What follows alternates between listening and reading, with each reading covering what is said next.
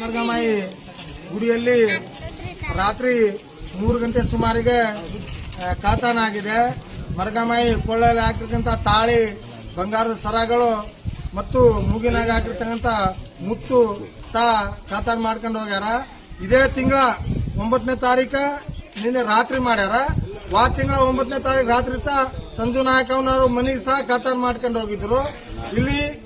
ಅಲ್ಲಿ ಬಂಗಾರ ಕೊಡುವಗಳು ಅಲ್ಲಿ ಸಹ ಅದೇ ತರ ಕಳ್ಳತನ 2 ಸಲ ಆಯ್ತು. ನಮ್ಮ ತಾಂಡದಾಗ ಹಿಂಗೆ ಕಳ್ಳತನ ಮಾಡ್ಕೊಂಡು ಹೊಂಟಾರ. ವ್ಯಾಪಾರ ಅಂತೂ ಮಾಡಿಸಿದೀವಿ.